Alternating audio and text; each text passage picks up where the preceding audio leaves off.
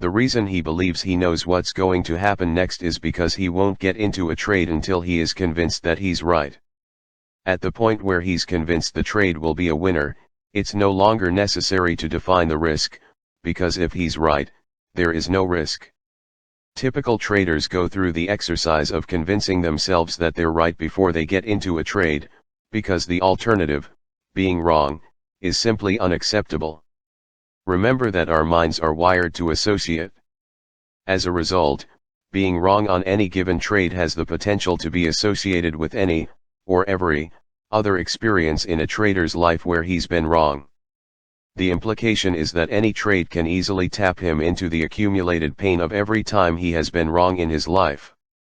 Given the huge backlog of unresolved, negative energy surrounding what it means to be wrong that exists in most people, it's easy to see why each and every trade can literally take on the significance of a life or death situation. So, for the typical trader, determining what the market would have to look, sound, or feel like to tell him that a trade isn't working would create an irreconcilable dilemma. On one hand, he desperately wants to win, and the only way he can do that is to participate, but the only way he will participate is if he's sure the trade will win. On the other hand, if he defines his risk, he is willfully gathering evidence that would negate something he has already convinced himself of. He will be contradicting the decision-making process he went through to convince himself that the trade will work. If he exposed himself to conflicting information, it would surely create some degree of doubt about the viability of the trade.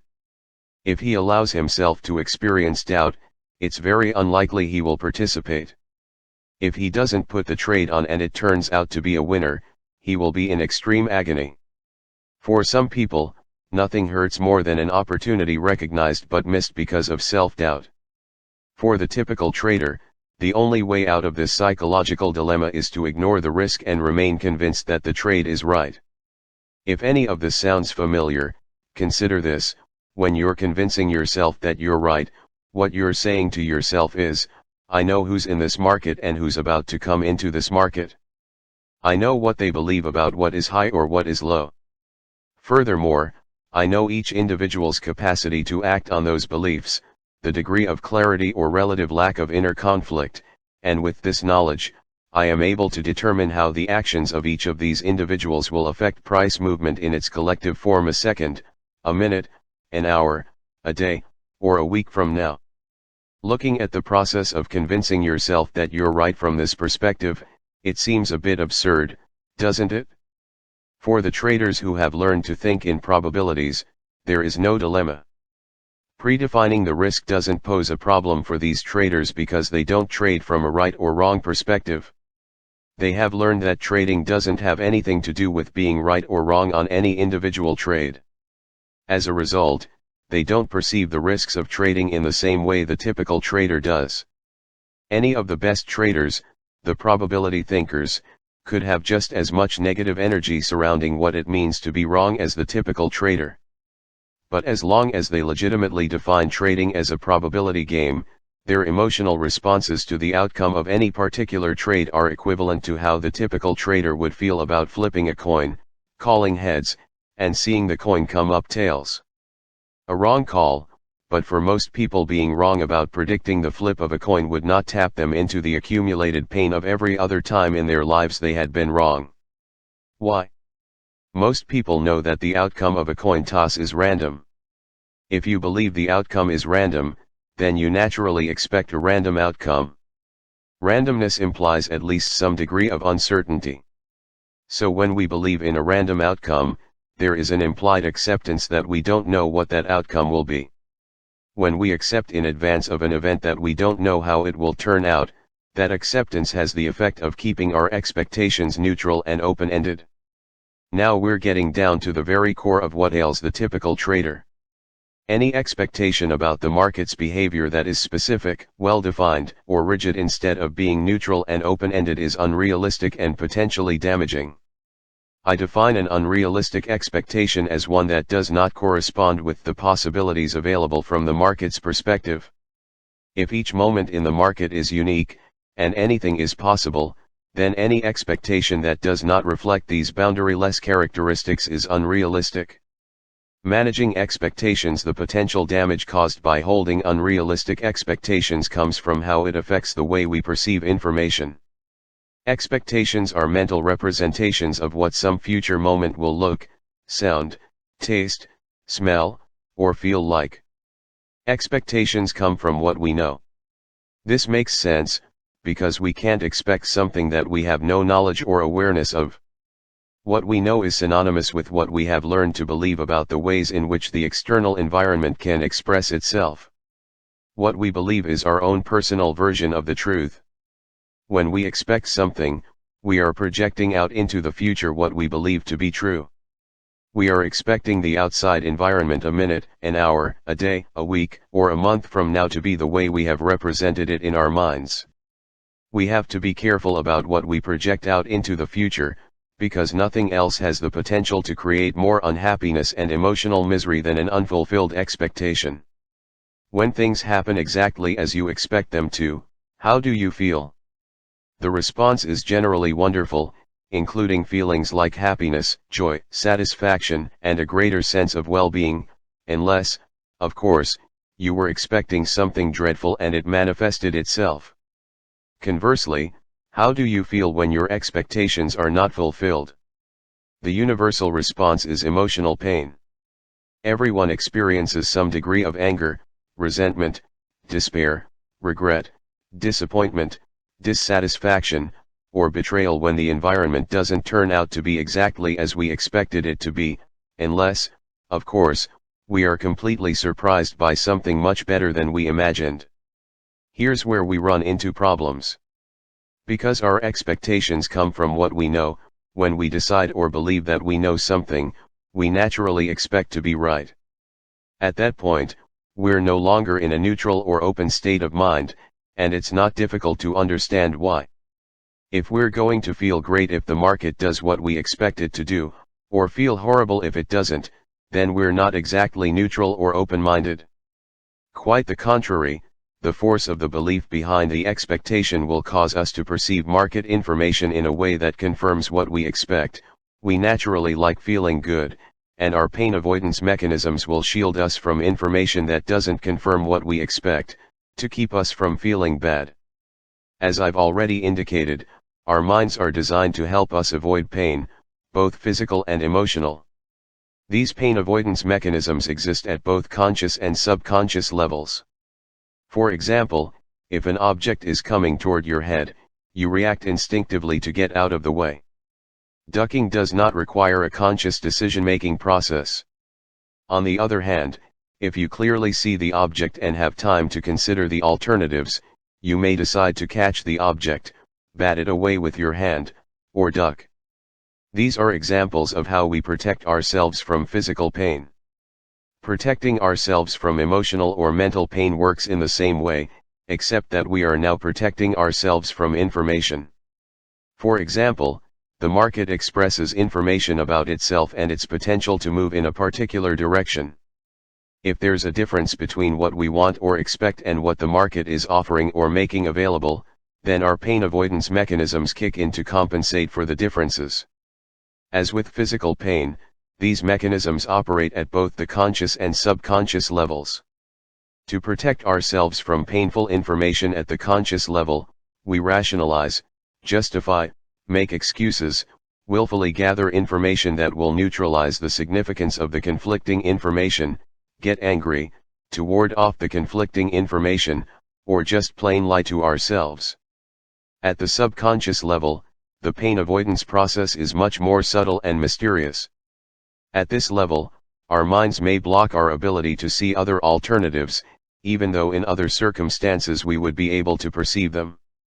Now, because they are in conflict with what we want or expect, our pain avoidance mechanisms can make them disappear, as if they didn't exist. To illustrate this phenomenon, the best example is one I have already given you. We are in a trade where the market is moving against us. In fact, the market has established a trend in the opposite direction to what we want or expect. Ordinarily, we would have no problem identifying or perceiving this pattern if it weren't for the fact that the market was moving against our position. But the pattern loses its significance, becomes invisible, because we find it too painful to acknowledge. To avoid the pain, we narrow our focus of attention and concentrate on information that keeps us out of pain, regardless of how insignificant or minute. In the meantime, the information that clearly indicates the presence of a trend and the opportunity to trade in the direction of that trend becomes invisible. The trend doesn't disappear from physical reality, but our ability to perceive it does. Our pain avoidance mechanisms block our ability to define and interpret what the market is doing as a trend. The trend will then stay invisible until the market either reverses in our favor or we are forced out of the trade because the pressure of losing too much money becomes unbearable. It's not until we are either out of the trade or out of danger that the trend becomes apparent, as well as all the opportunities to make money by trading in all the distinctions that would otherwise be perceivable become perfectly clear, after the fact, when there is no longer anything for our minds to protect us from. We all have the potential to engage in self-protective pain avoidance mechanisms, because they're natural functions of the way our minds operate. There may be times when we are protecting ourselves from information that has the potential to bring up deep-seated emotional wounds or trauma that we're just not ready to face, or don't have the appropriate skills or resources to deal with. In these cases, our natural mechanisms are serving us well. But more often, our pain avoidance mechanisms are just protecting us from information that would indicate that our expectations do not correspond with what is available from the environment's perspective. This is where our pain avoidance mechanisms do us a disservice, especially as traders. To understand this concept, ask yourself what exactly about market information is threatening. Is it threatening because the market actually expresses negatively charged information as an inherent characteristic of the way it exists? It may seem that way, but at the most fundamental level, what the market gives us to perceive are upticks and downticks or up bars and down bars. These up and down ticks form patterns that represent edges. Now, are any of these ticks or the patterns they form negatively charged? Again, it may certainly seem that way, but from the market's perspective the information is neutral. Each uptick, downtick, or pattern is just information, telling us the market's position. If any of this information had a negative charge as an inherent characteristic of the way it exists, then wouldn't everyone exposed to it experience emotional pain? For example, if both you and I get hit on the head with a solid object, there probably wouldn't be much difference in how we would feel. We'd both be in pain. Any part of our bodies coming into contact with a solid object with some degree of force will cause anyone with a normal nervous system to experience pain. We share the experience because our bodies are constructed in basically the same way. The pain is an automatic physiological response to the impact with a tangible object. Information in the form of words or gestures expressed by the environment, or up and down ticks expressed by the market, can be just as painful as being hit with a solid object, but there's an important difference between information and objects. Information is not tangible. Information doesn't consist of atoms and molecules. To experience the potential effects of information, whether negative or positive, requires an interpretation. The interpretations we make are functions of our unique mental frameworks. Everyone's mental framework is unique for two fundamental reasons. First, all of us were born with different genetically encoded behavior and personality characteristics that cause us to have different needs from one another. How positively or negatively and to what degree the environment responds to these needs creates experiences unique to each individual. Second, everyone is exposed to a variety of environmental forces. Some of these forces are similar from one individual to the next, but none are exactly the same. If you consider the number of possible combinations of genetically encoded personality characteristics we can be born with, in relation to the almost infinite variety of environmental forces we can encounter throughout our lives, all of which contribute to the construction of our mental framework, then it's not difficult to see why there is no universal mental framework common to everyone. Unlike our bodies, which have a common molecular structure that experiences physical pain, there is no universal mindset to assure us that we will share the potential negative or positive effects of information in the same way. For example, someone could be projecting insults at you, intending to cause you to feel emotional pain. From the environment's perspective, this is negatively charged information. Will you experience the intended negative effects? Not necessarily. You have to be able to interpret the information as negative to experience it as negative. What if this person is insulting you in a language you don't understand, or is using words you don't know the meaning of? Would you feel the intended pain? Not until you build a framework to define and understand the words in a derogatory way. Even then, we can't assume that what you'd feel would correspond to the intent behind the insult. You could have a framework to perceive the negative intent, but instead of feeling pain, you might experience a perverse type of pleasure. I've encountered many people who, simply for their own amusement, like to get people riled up with negative emotions.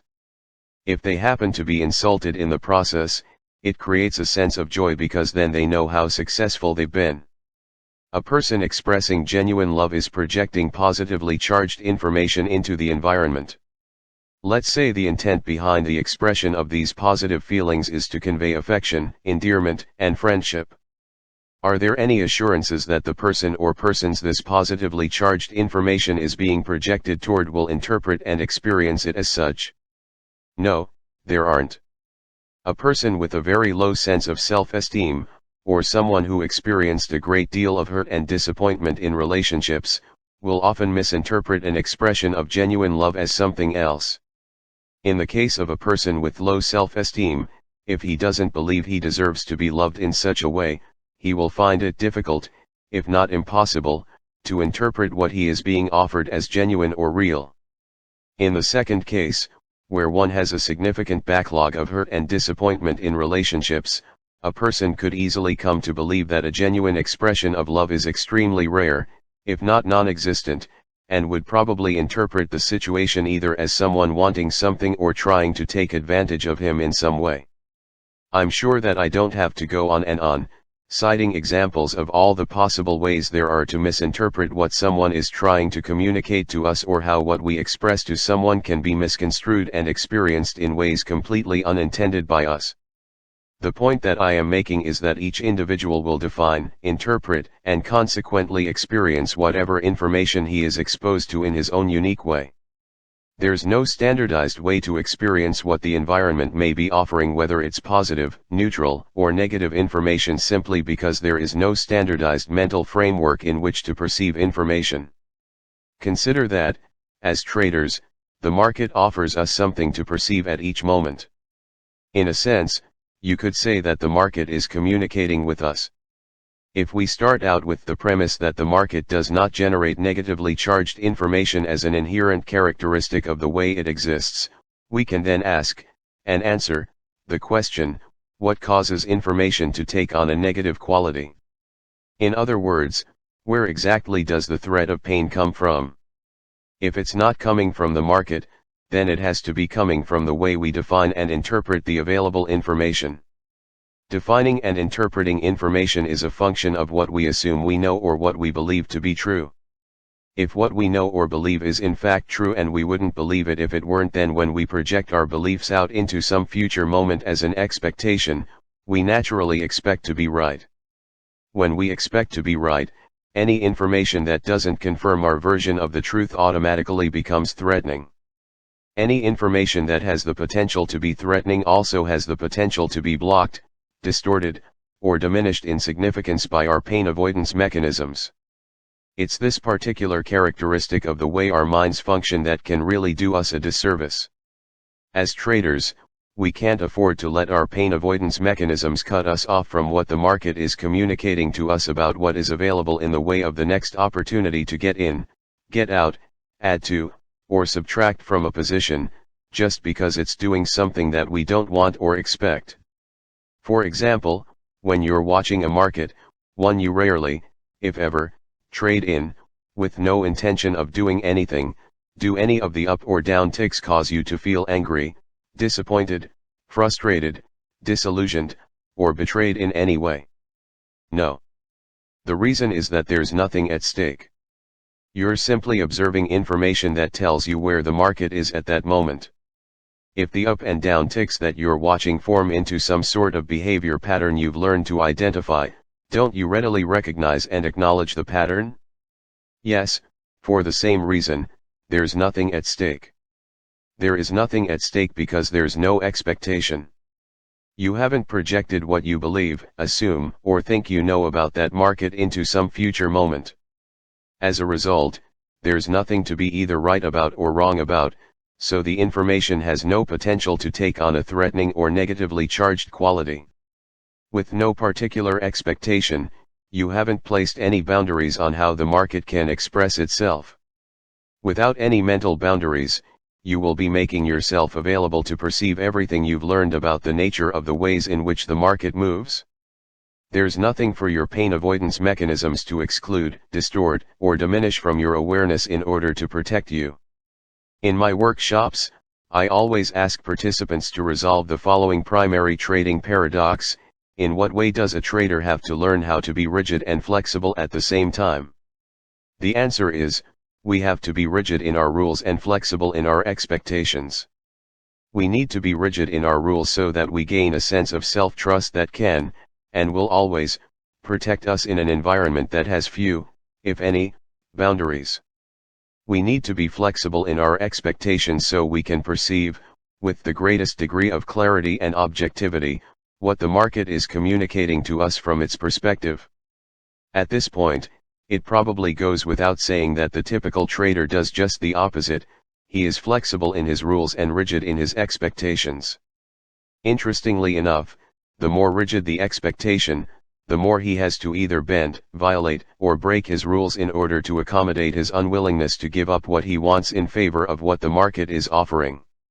Eliminating the emotional risk. To eliminate the emotional risk of trading, you have to neutralize your expectations about what the market will or will not do at any given moment or in any given situation. You can do this by being willing to think from the market's perspective. Remember, the market is always communicating in probabilities. At the collective level, your edge may look perfect in every respect, but at the individual level, every trader who has the potential to act as a force on price movement can negate the positive outcome of that edge. To think in probabilities, you have to create a mental framework or mindset that is consistent with the underlying principles of a probabilistic environment. A probabilistic mindset pertaining to trading consists of 5 fundamental truths. 1. Anything can happen. 2. You don't need to know what is going to happen next in order to make money. 3. There is a random distribution between wins and losses for any given set of variables that define an edge. 4. An edge is nothing more than an indication of a higher probability of one thing happening over another. 5. Every moment in the market is unique. Keep in mind that your potential to experience emotional pain comes from the way you define and interpret the information you're exposed to. When you adopt these 5 truths, your expectations will always be in line with the psychological realities of the market environment. With the appropriate expectations, you will eliminate your potential to define and interpret market information as either painful or threatening, and you thereby effectively neutralize the emotional risk of trading. The idea is to create a carefree state of mind that completely accepts the fact that there are always unknown forces operating in the market. When you make these truths a fully functional part of your belief system, the rational part of your mind will defend these truths in the same way it defends any other belief you hold about the nature of trading. This means that, at least at the rational level, your mind will automatically defend against the idea or assumption that you can know for sure what will happen next. It's a contradiction to believe that each trade is a unique event with an uncertain outcome and random in relationship to any other trade made in the past, and at the same time to believe you know for sure what will happen next and to expect to be right. If you really believe in an uncertain outcome, then you also have to expect that virtually anything can happen. Otherwise, the moment you let your mind hold onto the notion that you know, you stop taking all of the unknown variables into consideration. Your mind won't let you have it both ways. If you believe you know something, the moment is no longer unique. If the moment isn't unique, then everything is known or knowable, that is, there's nothing not to know. However, The moment you stop factoring in what you don't or can't know about the situation instead of being available to perceive what the market is offering, you make yourself susceptible to all of the typical trading errors. For example, if you really believed in an uncertain outcome, would you ever consider putting on a trade without defining your risk in advance? Would you ever hesitate to cut a loss, if you really believed you didn't know? What about trading errors like jumping the gun? How could you anticipate a signal that hasn't yet manifested itself in the market, if you weren't convinced that you were going to miss out? Why would you ever let a winning trade turn into a loser, or not have a systematic way of taking profits, if you weren't convinced the market was going your way indefinitely? Why would you hesitate to take a trade or not put it on at all, unless you were convinced that it was a loser when the market was at your original entry point? Why would you break your money management rules by trading too large a position relative to your equity or emotional tolerance to sustain a loss, if you weren't positive that you had a sure thing? Finally, if you really believed in a random distribution between wins and losses, could you ever feel betrayed by the market? If you flipped a coin and guessed right, you wouldn't necessarily expect to be right on the next flip simply because you were right on the last. Nor would you expect to be wrong on the next flip if you were wrong on the last. Because you believe in a random distribution between the sequence of heads and tails, your expectations would be perfectly aligned with the reality of the situation. You would certainly like to be right, and if you were, that would be great, but if you were wrong, then you would not feel betrayed by the flip, because you know and accept that there are unknown variables at work that affect the outcome. Unknown means not something your rational thinking process can take into consideration in advance of the high R, JXCIVL for except that you don't know. As a result, there is little, if any, potential to experience the kind of emotional pain that wells up when you feel betrayed. As a trader, when you're expecting a random outcome, you will always be at least a little surprised at whatever the market does, even if it conforms exactly to your definition of an edge and you end up with a winning trade.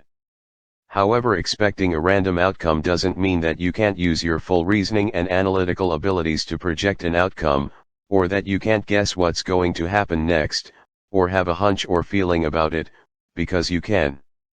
Furthermore, you can be right in each instance. You just can't expect to be right.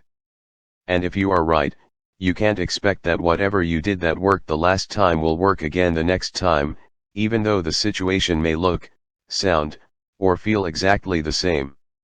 Anything that you are perceiving now in the market will never be exactly the same as some previous experience that exists in your mental environment.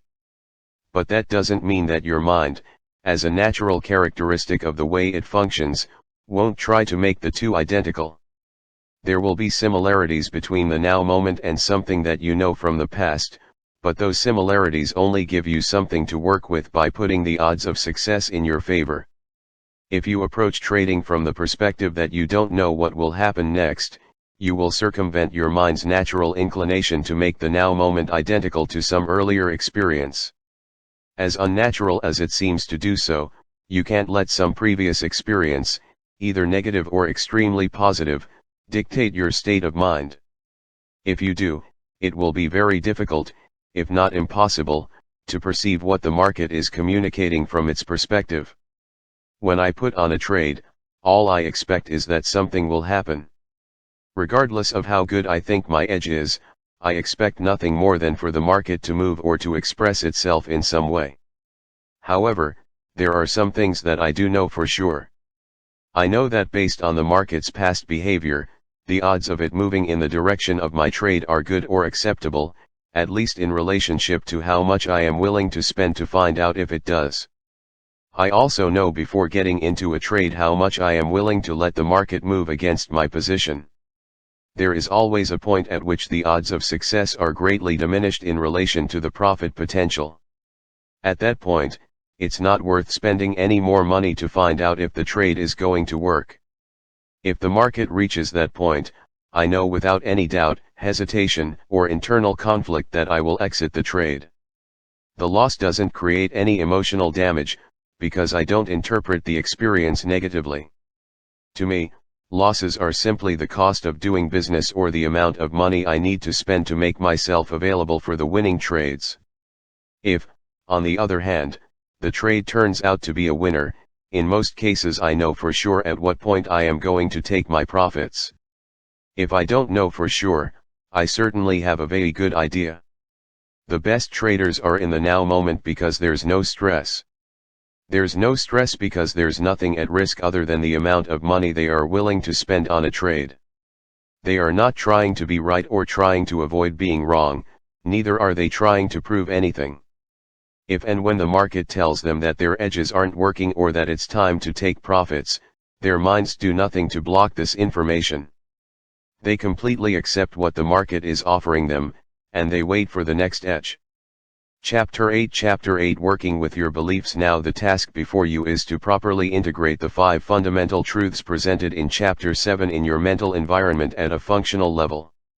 To help you do that, we will take an in-depth look at beliefs, their nature, properties, and characteristics. However, before we do that, I will review and organize the major concepts presented thus far into a much clearer and more practical framework. What you learn from this and the next 2 chapters will form the foundation for understanding everything you need to do to achieve your goals as a trader.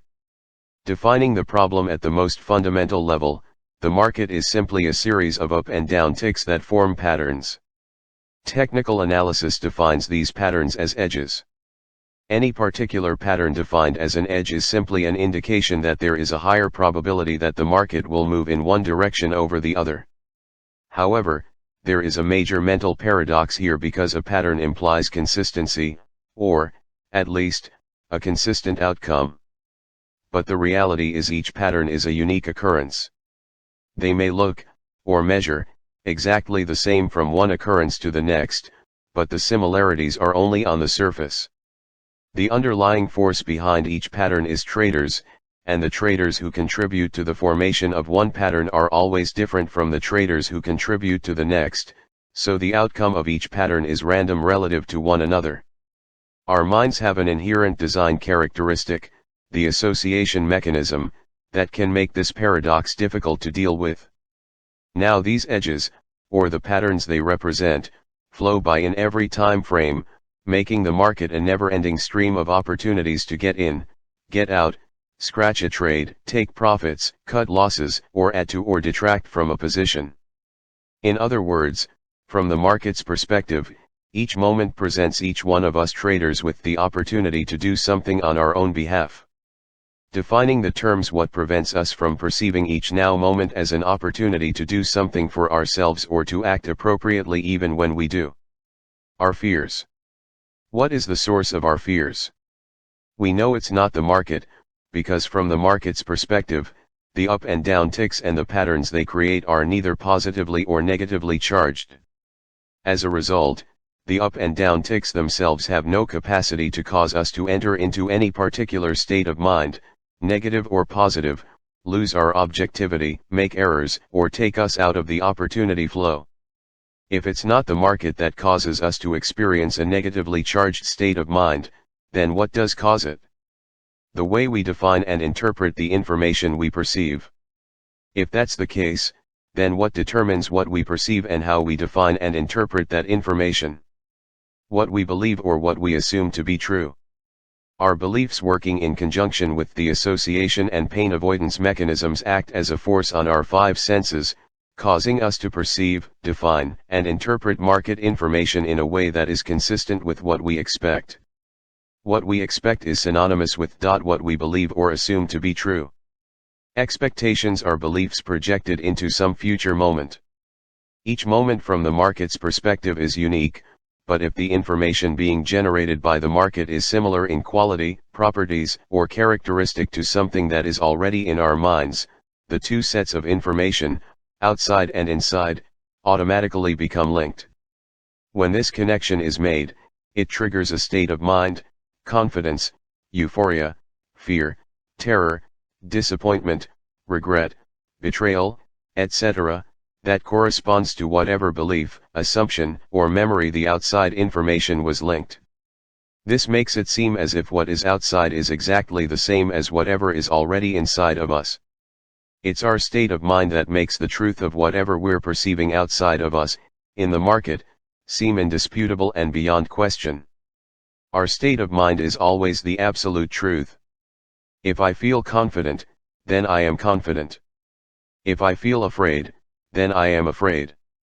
We can't dispute the quality of energy flowing through our mind and body at any given moment. And because I know as an indisputable fact how I feel, you could say that I also know the truth of what I'm perceiving outside of me in the same moment. The problem is that how we feel is always the absolute truth, but the beliefs that triggered our state of mind or feeling may or may not be true relative to the possibilities that exist in the market at any given moment. Recall the example of the boy and the dog. The boy knew for an absolute fact that each dog he encountered after the first was threatening, because of the way he felt when one came into his field of awareness. These other dogs did not cause his fear. His negatively charged memory working in conjunction with the association and his pain avoidance mechanism caused his fear. He experienced his own version of the truth, although that did not correspond with the possibilities that existed from the environment's perspective. His belief about the nature of dogs was limited relative to the possible characteristics and traits expressed by dogs. Yet the state of mind he experienced every time he encountered a dog caused him to believe that he knew exactly what to expect from them. This same process causes us to believe that we know exactly what to expect from the market, when the reality is there are always unknown forces operating at every moment. The trouble is, the instant we think we know what to expect, we simultaneously stop taking all the unknown forces and the various possibilities created by those forces into consideration. The unknown forces are other traders waiting to enter or exit trades, based on their beliefs about the future. In other words, we really can't know exactly what to expect from the market, until we can read the minds of all the traders who have the potential to act as a force on price movement. Not a very likely possibility. As traders, we can't afford to indulge ourselves in any form of I know what to expect from the market. We can know exactly what an edge looks, sounds, or feels like, and we can know exactly how much we need to risk to find out if that edge is going to work. We can know that we have a specific plan as to how we are going to take profits if a trade works. But that's it. If what we think we know starts expanding to what the market is going to do, we're in trouble. And all that's required to put us into a negatively charged, I know what to expect from the market state of mind is for any belief, memory, or attitude to cause us to interpret the up and down ticks or any market information as anything but an opportunity to do something on our own behalf. What are the objectives? Ultimately, of course, making money is everyone's objective. But if trading were only a matter of making money, reading this book wouldn't be necessary. Putting on a winning trade or even a series of winning trades requires absolutely no skill.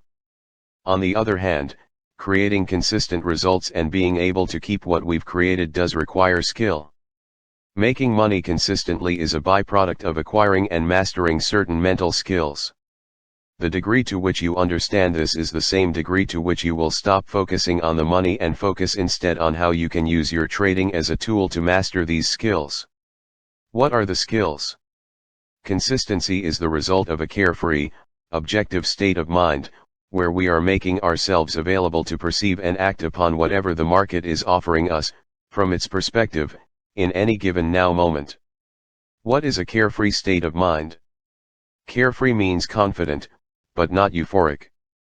When you are in a carefree state of mind, you won't feel any fear, hesitation, or compulsion to do anything, because you've effectively eliminated the potential to define and interpret market information as threatening. To remove the sense of threat, you have to accept the risk completely. When you have accepted the risk, you will be at peace with any outcome.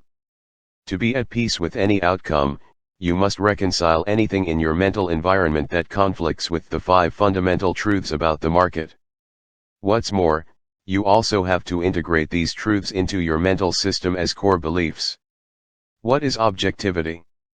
Objectivity is a state of mind where you have conscious access to everything you have learned about the nature of market movement.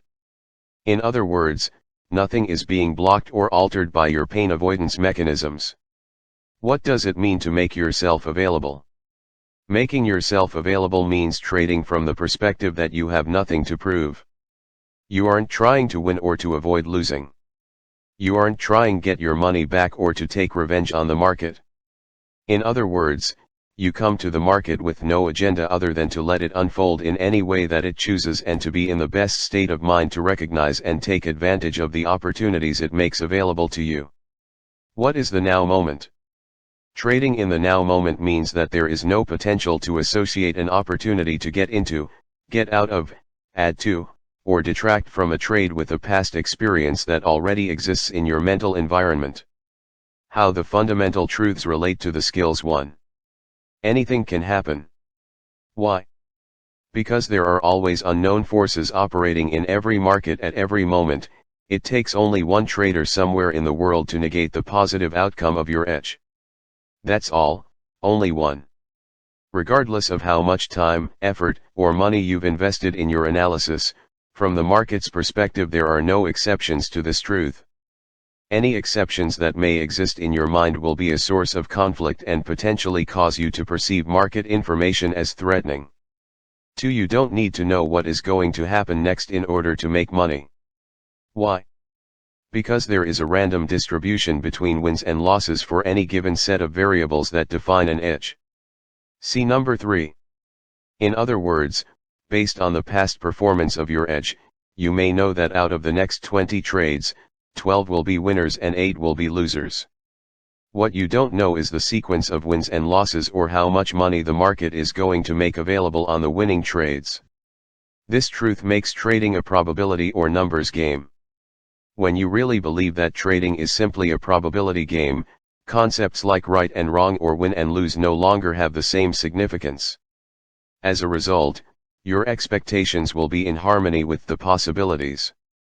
Keep in mind that nothing has more potential to cause emotional discord than our unfulfilled expectations. Emotional pain is the universal response when the outside world expresses itself in a way that doesn't reflect what we expect or believe to be true. As a result, any market information that does not confirm our expectations is automatically defined and interpreted as threatening. That interpretation causes us to adopt a negatively charged, defensive state of mind, where we end up creating the very experience we are trying to avoid. Market information is only threatening if you are expecting the market to do something for you.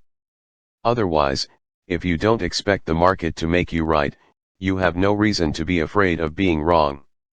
If you don't expect the market to make you a winner, you have no reason to be afraid of losing.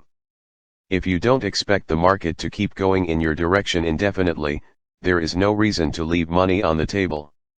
Finally, if you don't expect to be able to take advantage of every opportunity just because you perceived it and it presented itself, you have no reason to be afraid of missing out. On the other hand, if you believe that all you need to know is, 1. The odds are in your favor before you put on a trade, 2. How much it's going to cost to find out if the trade is going to work, 3. You don't need to know what's going to happen next to make money on that trade, and 4. Anything can happen, then how can the market make you wrong? What information could the market generate about itself that would cause your pain avoidance mechanisms to kick in so that you exclude that information from your awareness? None that I can think of. If you believe that anything can happen and that you don't need to know what is going to happen next to make money, then you will always be right. Your expectations will always be in harmony with the conditions as they exist from the market's perspective, effectively neutralizing your potential to experience emotional pain. By the same token, how can a losing trade or even a series of losers have the typical negative effect, if you really believe that trading is a probability or numbers game? If your edge puts the odds in your favor, then every loss puts you that much closer to a win. When you really believe this, your response to a losing trade will no longer take on a negative emotional quality. 3. There is a random distribution between wins and losses for any given set of variables that define an edge. If every loss puts you that much closer to a win, you will be looking forward to the next occurrence of your edge, ready and waiting to jump in without the slightest reservation or hesitation. On the other hand, if you still believe that trading is about analysis or about being right, Then after a loss you will anticipate the occurrence of your next edge with trepidation, wondering if it's going to work. This, in turn, will cause you to start gathering evidence for or against the trade. You will gather evidence for the trade if your fear of missing out is greater than your fear of losing. And you will gather information against the trade if your fear of losing is greater than your fear of missing out. In either case, you will not be in the most conducive state of mind to produce consistent results. For an edge is nothing more than an indication of a higher probability of one thing happening over another. Creating consistency requires that you completely accept that trading isn't about hoping, wondering, or gathering evidence one way or the other to determine if the next trade is going to work. The only evidence you need to gather is whether the variables you use to define an edge are present at any given moment. When you use other information, outside the parameters of your edge to decide whether you will take the trade, you are adding random variables to your trading regime. Adding random variables makes it extremely difficult, if not impossible, to determine what works and what doesn't. If you're never certain about the viability of your edge, you won't feel too confident about it. To whatever degree you lack confidence, you will experience fear. The irony is, you will be afraid of random, inconsistent results, without realizing that your random, inconsistent approach is creating exactly what you are afraid of. On the other hand, if you believe that an edge is simply a higher probability of one thing happening over another, and there's a random distribution between wins and losses for any given set of variables that define an edge, why would you gather other evidence for or against a trade? To a trader operating out of these two beliefs, gathering other evidence wouldn't make any sense. Or let me put it this way, gathering other evidence makes about as much sense as trying to determine whether the next flip of a coin will be heads, after the last 10 flips came up tails. Regardless of what evidence you find to support heads coming up, there is still a 50% chance that the next flip will come up tails. By the same token, regardless of how much evidence you gather to support acting or not acting on a trade, it still only takes one trader somewhere in the world to negate the validity of any, if not all, of your evidence. The point is, why bother? If the market is offering you a legitimate edge, determine the risk and take the trade. 5. Every moment in the market is unique. Take a moment and think about the concept of uniqueness. Unique means not like anything else that exists or has ever existed. As much as we may understand the concept of uniqueness, our minds don't deal with it very well on a practical level. As we have already discussed, our minds are hardwired to automatically associate, without conscious awareness, anything in the exterior environment that is similar to anything that is already inside of us in the form of a memory, belief, or attitude. This creates an inherent contradiction between the way we naturally think about the world and the way the world exists. No two moments in the external environment will ever exactly duplicate themselves. To do so, every atom or every molecule would have to be in the exact same position they were in some previous moment. Not a very likely possibility. Yet, based on the way our minds are designed to process information, we will experience the now moment in the environment as being exactly the same as some previous moment as it exists inside our minds.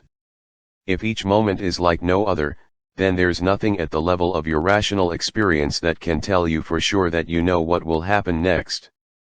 So I will say again, why bother trying to know? When you try to know, you are, in essence, trying to be right. I am not implying here that you can't predict what the market will do next and be right, because you most certainly can. It's in the trying that you run into all of the problems. If you believe that you correctly predicted the market once, you will naturally try to do it again. As a result, your mind will automatically start scanning the market for the same pattern, circumstance, or situation that existed the last time you correctly predicted its movement. When you find it, your state of mind will make it seem as if everything is exactly as it was the last time. The problem is that, from the market's perspective, it is not the same. As a result, you are setting yourself up for disappointment. What separates the best traders from all the rest is that they have trained their minds to believe in the uniqueness of each moment, although this training usually takes the form of losing several fortunes before they really believe in the concept of uniqueness. This belief acts as a counteracting force, neutralizing the automatic association mechanism. When you truly believe that each moment is unique, then by definition there isn't anything in your mind for the association mechanism to link that moment to. This belief acts as an internal force causing you to disassociate the now moment in the market from any previous moment filed away in your mental environment. The stronger your belief in the uniqueness of each moment, the lower your potential to associate. The lower your potential to associate, the more open your mind will be to perceive what the market is offering you from its perspective. Moving toward the zone when you completely accept the psychological realities of the market, you will correspondingly accept the risks of trading. When you accept the risks of trading, you eliminate the potential to define market information in painful ways. When you stop defining and interpreting market information in painful ways, there is nothing for your mind to avoid, nothing to protect against. When there's nothing to protect against, you will have access to all that you know about the nature of market movement. Nothing will get blocked, which means you will perceive all the possibilities you have learned about, objectively, and since your mind is open to a true exchange of energy, you will quite naturally start discovering other possibilities, edges, that you formerly couldn't perceive. For your mind to be open to a true exchange of energy, you can't be in a state of knowing or believing that you already know what's going to happen next. When you are at peace with not knowing what's going to happen next, you can interact with the market from a perspective where you will be making yourself available to let the market tell you, from its perspective, what is likely to happen next. At that point, you will be in the best state of mind to spontaneously enter the zone, where you are tapped into the now moment opportunity flow. Chapter 9 The nature of beliefs. At this point, if you can sense the benefits of adopting the 5 fundamental truths about trading, then the task is to learn how to properly integrate these truths into your mental system as core beliefs that are not in conflict with any other beliefs you may hold. At first glance, this may seem like a daunting task, and under other circumstances I would agree with you, but it won't be, because in Chapter 11 I'll give you a simple trading exercise specifically designed to properly install these truths as beliefs at a functional level. A functional level is one where you find yourself just naturally operating out of a carefree state of mind, perceiving exactly what you need to do and doing it without hesitation or internal conflict. However, I do have a word of caution for those of you who have already looked at the exercise. On the surface, the trading exercise looks so simple that you may be tempted to do it now, before you thoroughly understand the implications of what you are doing. I strongly suggest that you reconsider. There are some subtle yet profound dynamics involved in the process of learning how to install new beliefs and change any existing beliefs that are in conflict with the new ones. Understanding the trading exercise itself is easy. Understanding how to use the exercise to change your beliefs is another matter entirely. If you do the exercise without understanding the concepts presented in this chapter and the next, you will not achieve the desired results. It is also important that you not take for granted the amount of mental effort you may have to expend to train your mind to fully accept these principles of success, regardless of how well you understand them. Remember Bob, the CTA, who believed he thoroughly understood the concept of probabilities, but didn't have the ability to function from a probabilistic perspective. Many people make the mistake of assuming that once they understand something, the insight inherent in their new understanding automatically becomes a functional part of their identity. Most of the time, understanding a concept is only a first step in the process of integrating that concept at a functional level. This is especially true of concepts that deal with dying king in probabilities. Our minds are not naturally wired to be objective or to stay in the now moment. This means we have to actively train our minds to think from these perspectives. In addition to the training involved, there may be any number of conflicting beliefs to work through. Conflicting beliefs will have the effect of sabotaging your best intentions to operate from an objective state of mind or to experience the now moment opportunity flow. For example, let's say you've spent years learning how to read the markets, or spent large sums of money developing or buying technical systems, just so you could find out what was going to happen next. Now you have come to understand that you don't have to know what's going to happen next, and that even trying to know will detract from your ability to be objective or to stay in the moment. What we have is a direct conflict between your old belief that you need to know what will happen next to be successful and your new understanding that you don't need to know. Now, will your new understanding suddenly neutralize all the time, money, and energy expended on reinforcing the belief that you need to know? I wish it were that easy. And for some lucky few, it may be. If you will recall in Chapter 4 when I talked about psychological distance in relationship to software code, I said that some traders may already be so close to these new perspectives that all they need is to put together a few of the missing pieces to create a mind-altering, aha experience. However, based on my experience of working with well over 1,000 traders, I can say that most are not close to these perspectives at all. For those of you who are not, it may take a considerable amount of mental work, over a considerable amount of time, to properly integrate your new understandings about trading into your mental environment. The good news is that, ultimately, the exercise I present in Chapter 11 will install the 5 fundamental truths and resolve many of the potential conflicts, but only if you know exactly what you are doing and why you are doing it. That is the subject of this and the next chapter. The origins of a belief. What can we learn about the nature of beliefs, and how can we use that knowledge to create a mindset that fosters our desire to be a consistently successful trader? These are the 2 questions I am going to focus on answering in this chapter. First, let's look at the origin of our beliefs. As you may recall, memories, distinctions, and beliefs exist in the form of energy, specifically, structured energy. Earlier, I lumped these 3 mental components together to illustrate, 1. That memories, distinctions, and beliefs do not exist as physical matter, 2. That the cause and effect relationship that exists between ourselves and the external environment brings these components into existence, and 3. How the cause and effect relationship reverses so that we can perceive in the external environment what we have learned about. To get at the origins of our beliefs, we're going to have to unbundle these components to illustrate the difference between a memory and a belief. The best way to do this is to imagine ourselves in the mind of an infant. I would think that at the very beginning of a child's life, the memories of his experiences would exist in their purest form. By that I mean that the memories of what he has seen, heard, smelled, touched, or tasted exist in his mind as pure sensory information that is not organized or attached to any specific words or concepts. Therefore, I am going to define a pure memory as sensory information stored in its original form. A belief, on the other hand, is a concept about the nature of the way the external environment expresses itself. A concept combines pure sensory information with a symbol system we call language.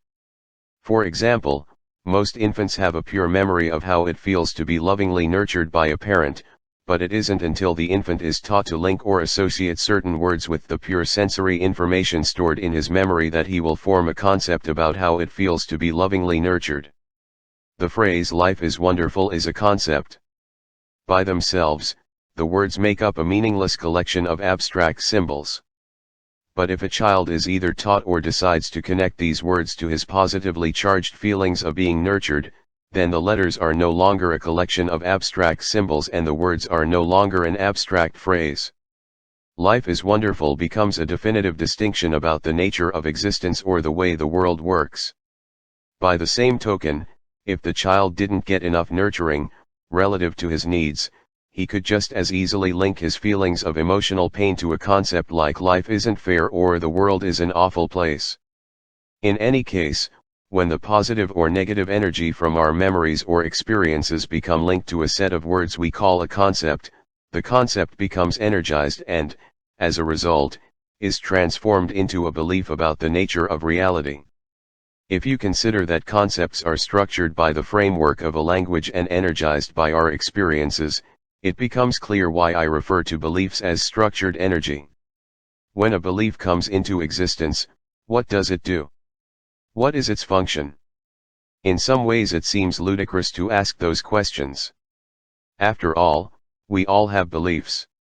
We are constantly expressing our beliefs both verbally and through our actions.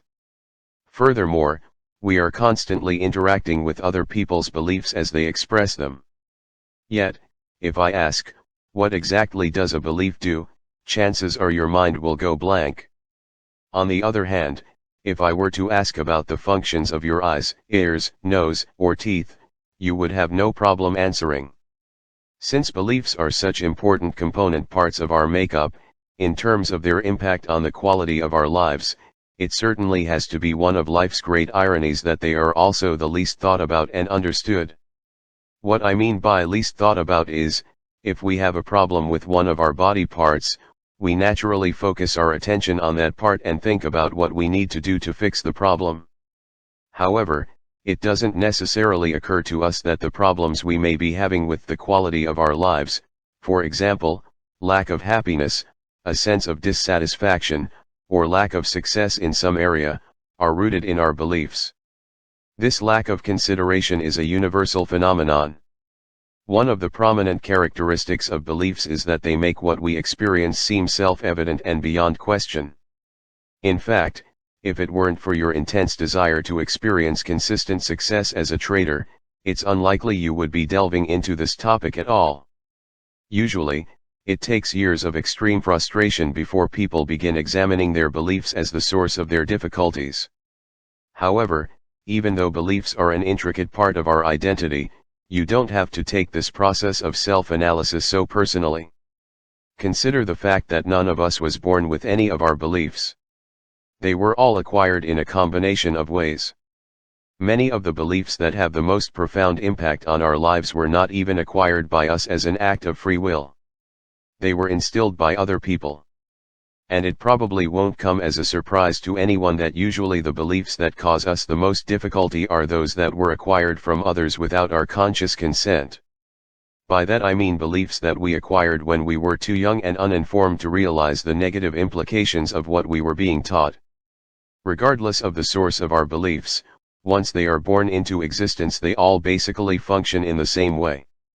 Beliefs have certain characteristic ways in which they do their jobs, not unlike the various parts of our bodies. For example, if you compare my eyes and your eyes, or my hands and your hands, or my red blood cells and your red blood cells, we can see that they are not exactly the same, but they have characteristics in common that cause them to function in similar ways. By the same token, a belief that life is wonderful will perform its function in the same way as a belief that life is awful.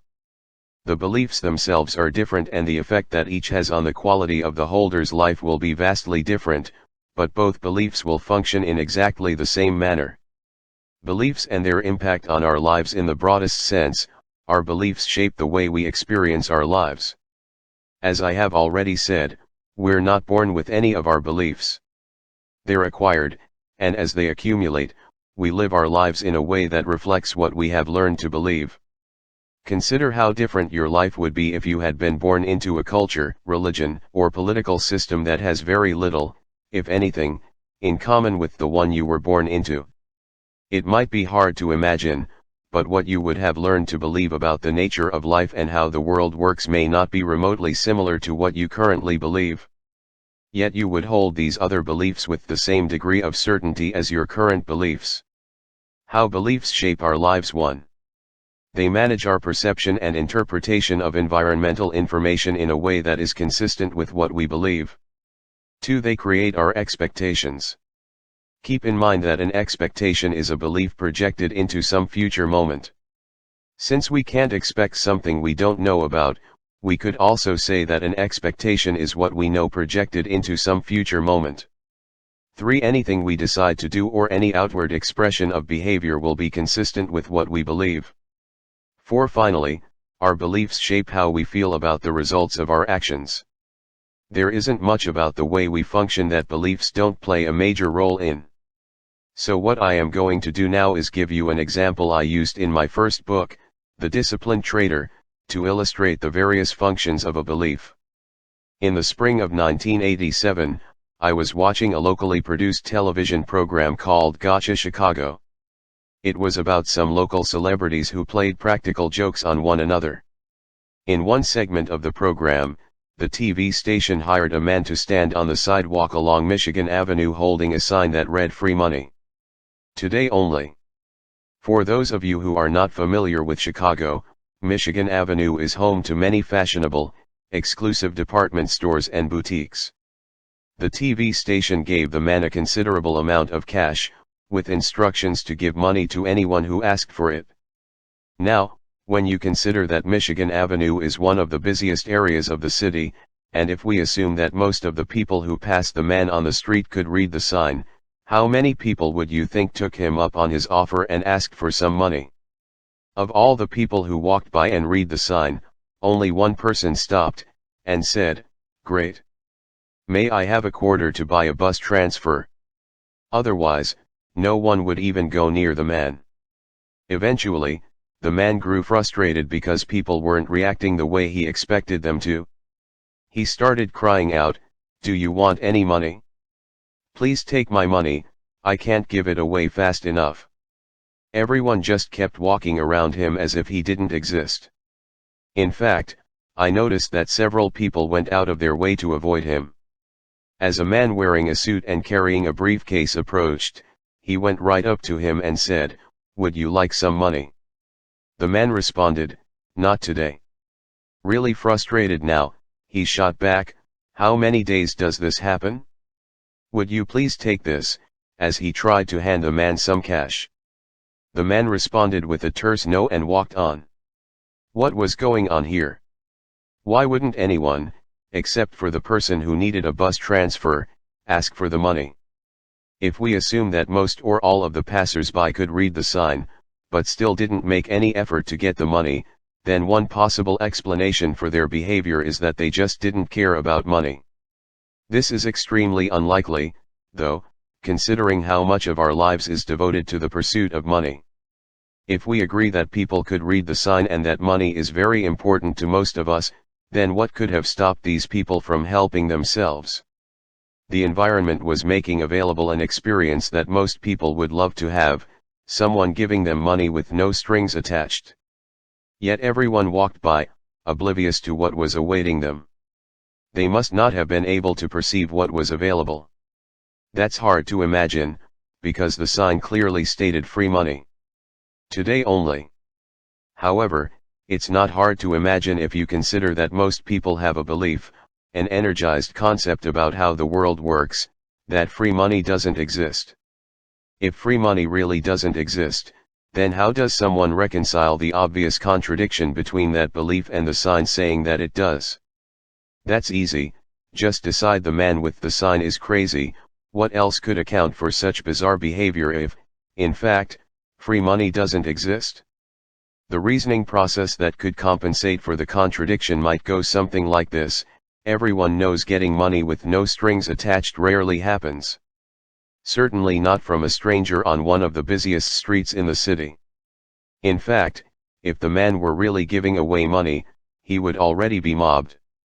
He might even be endangering his life. He must be crazy. I had better take a wide path around him, who knows what he might do. Notice that every component of the thought process described is consistent with the belief that free money doesn't exist. 1. The words free money were neither perceived nor interpreted as they were intended from the environment's perspective. 2. Deciding the person with the sign must be crazy created an expectation of danger, or at least a perception that caution was warranted. 3. Purposefully altering one's path to avoid the person with the sign is an action that is consistent with the expectation of danger. 4. How did each person feel about the outcome? That's difficult to say without knowing each person individually, but a good generalization would be that they felt relieved that they successfully avoided an encounter with a crazy person. The feeling of relief that resulted from avoiding a confrontation is a state of mind.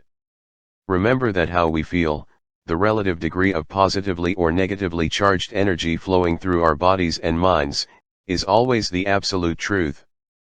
But the beliefs that prompt any particular state of mind may not be the truth with respect to the possibilities available from the environment's perspective. Relief from confrontation was not the only possible outcome in this situation. Imagine how different the experience would be if they believed that free money exists. The process described above would be the same, except it would make the belief that free money exists seem self-evident and beyond question, just as it made the belief that free money doesn't exist seem self-evident and beyond question. A perfect example would be the one person who said, "Great, may I have a quarter for a bus transfer?"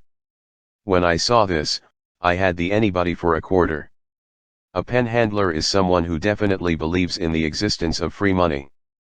Therefore, his perception and interpretation of the sign were exactly what was intended by the TV station.